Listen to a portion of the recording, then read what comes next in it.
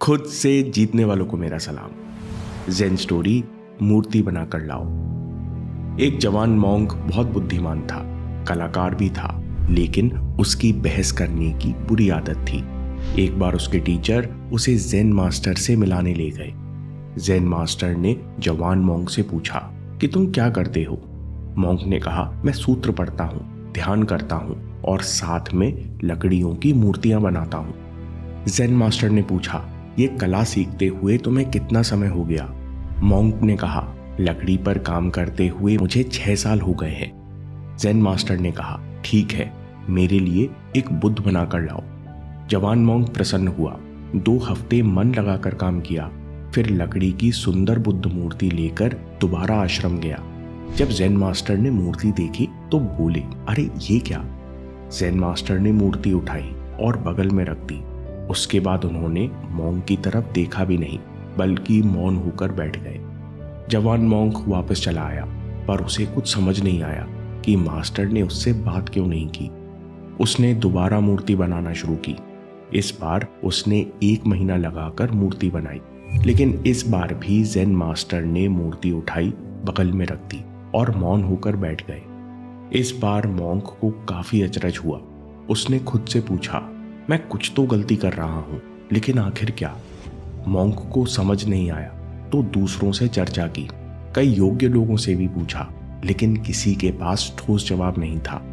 अब जवान मॉन्क चर्चा छोड़कर सच में आत्मचिंतन करने पर मजबूर हो गया और यहीं से कहानी बदल गई। मॉन्क ने सोचा कि दोनों बार ज़ेन मास्टर ने मूर्ति देखी भी नहीं, यानी वे लकड़ी की मूर्ति नहीं चाहते। फिर उन्होंने मुझे क्यों कहा कि मेरे लिए एक बुद्ध बनाकर लाओ? मॉन्क काफी देर सोचता रहा कि आखिर ज़ेन मास्टर चाहते क्या है। क्या मैं अपने अंदर बुद्ध बनाऊं? फिर मॉन्क ने सोचा, मेरे अंदर बुद्ध कहाँ है? काफी देर तक यही सोचता रहा। फिर अचानक से बोला, मेरे अंदर वो कौन सा तत्व है जो बुद्ध बन सकता है? आखिर में उसने खुद से पूछा, मैं कौन हूं जो बुद्ध बन सकता है? मैं को देखते देखते मॉन्क का ध्यान अंदर मुड़ गया। मन अचानक रुक गया और वो गहरी शांति में समा गया। जब उसे होश आया तब वो समझ गया कि अंदर की शांति को ना मन कभी छू सकता, ना बुद्धि कभी समझ सकती, ना स्मृति कभी याद रख सकती। फिर भी इस शांति में मन, तर्क, बुद्धि, स्मृति सबको आराम मिलता है।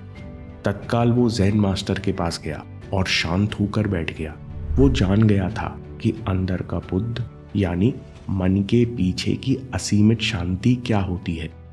दोस्तों, तब उसे समझ आया कि असली ज्ञान दूसरों को दिखाना नहीं, कुछ पाना नहीं, बल्कि अंदर से शांत होना है। मास्टर ने मॉन्क का शांत चेहरा देखा, मुस्कुराकर अभिनंदन किया, जैसे वो कह रहे हों, मैं इसी मूर्ति का इंतजार कर रहा था। गौतम बुद्ध कहते हैं, जो अपने अंदर झांकता है, विचारों को बहते हुए देखता है, विचारों को अपने अंदर आने नहीं देता, वही स्वयं को जानकर मन की गहरी शांति को पाता है। दूसरी कहानी, कोमलता कठोरता को हरा देती है। एक भिक्षु कुंफू सीखने शाओलिन पहुंचा, लेकिन 1 महीने तक मास्टर उसे छोटे और निम्न काम देते रहे। कभी पानी भरने का, कभी पत्ते उठाने का, कभी झाड़ू लगाने का। जब भिक्षु कुछ सीखने के लिए कहता तो मास्टर कहते, कोमलता कठोर को भी हरा देती है। एक दिन भिक्षु से ना रहा गया कि मास्टर, मुझे शाओलिन आए हुए 2 महीने हो गए हैं, लेकिन अभी तक आपने युद्ध विद्या सिखाना शुरू नहीं किया। आप हमेशा कहते हो कि कोमलता कठोर को हरा देती है, लेकिन मास्टर, ऐसा कैसे संभव है? भला युद्ध कला में कोमलता का क्या काम? मास्टर ने कहा, ध्यान से सुनो। सालों पहले कुंफू मास्टर जंगल से गुजर रहे थे। रास्ते में मास्टर ने अनोखी लड़ाई देखी। बगुला सांप को मारने के लिए तेजी से चोंच मार रहा था, पर जब चूक जाता तो बगुला और गुस्से में सांप को चोंच मारने का प्रयास करता। इसके विपरीत सांप ने एक बार भी पलटवार नहीं किया, ना ही डर के पीछे हटा, पर शांति से बगुले के वार को देखता और लचीले शरीर को इधर उधर लहराकर बगुले के वार से बच जाता। कुछ देर बाद बगुला थक गया और हार मानकर उड़ गया। शाओलिन मास्टर को गहरी सीख मिली कि कोमलता कठोर को भी हरा देती है। लचीलापन सख्त को घुटनों पर झुका देता है। शक्ति का अधिकारी वही होता है जो अहंकार को कंट्रोल में रखता है, शक्ति को शांति और स्थिरता से उपयोग करना जानता है। इसलिए कुंफू सीखने से पहले हम झुकना सीखते हैं, मन के नेगेटिव रिएक्शंस को रोकते हैं। मन के नेगेटिव रिएक्शन कैसे खत्म होंगे, अगली कहानी में सुनिए।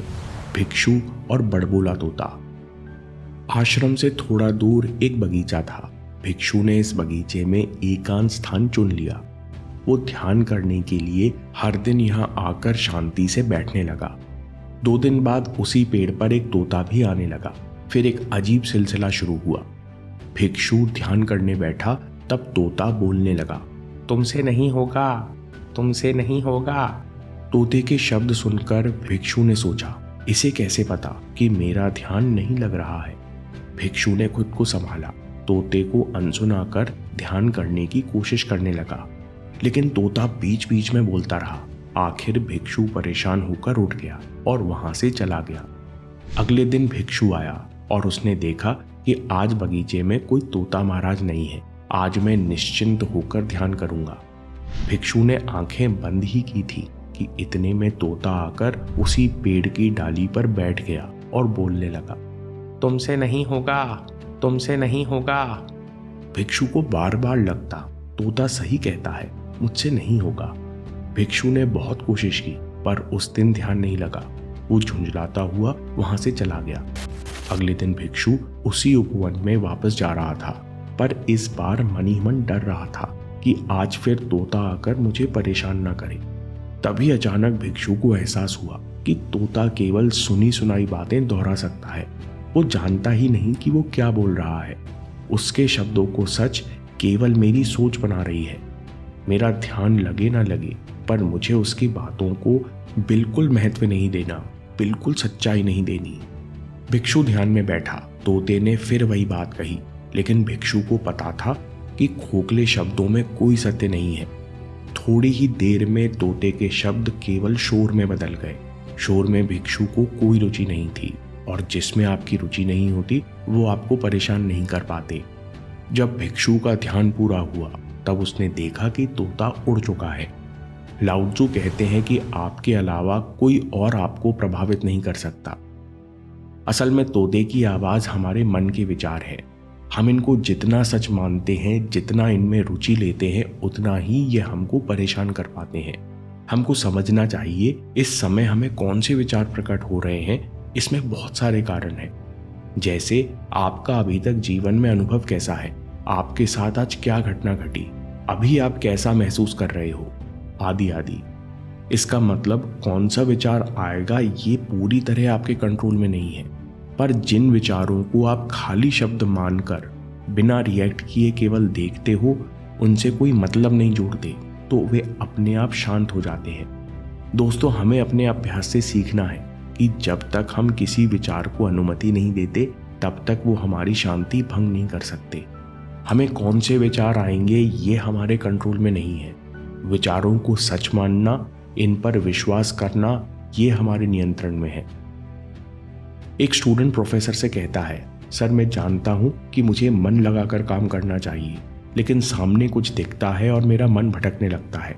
मुझे समझ नहीं आता कि मुझे भविष्य में कौन सा ऑप्शन चुनना चाहिए। प्रोफेसर ने उपनिषद के डायग्राम से मन, बुद्धि और शरीर का रहस्य समझाया और इसके बाद स्टूडेंट के सारे डाउट्स क्लियर हो गए। दोस्तों, इस वीडियो को जरूर देखिए, आपको मन और बुद्धि को अनुशासित करने में मदद मिलेगी और आप मन लगाकर काम कर सकेंगे। और याद रखिए, आपके समय से कोई वीडियो, कोई ऐप, कोई न्यूज़ कीमती नहीं है। मैं काम के किस्से लाता रहूँगा। हम जीतेंगे।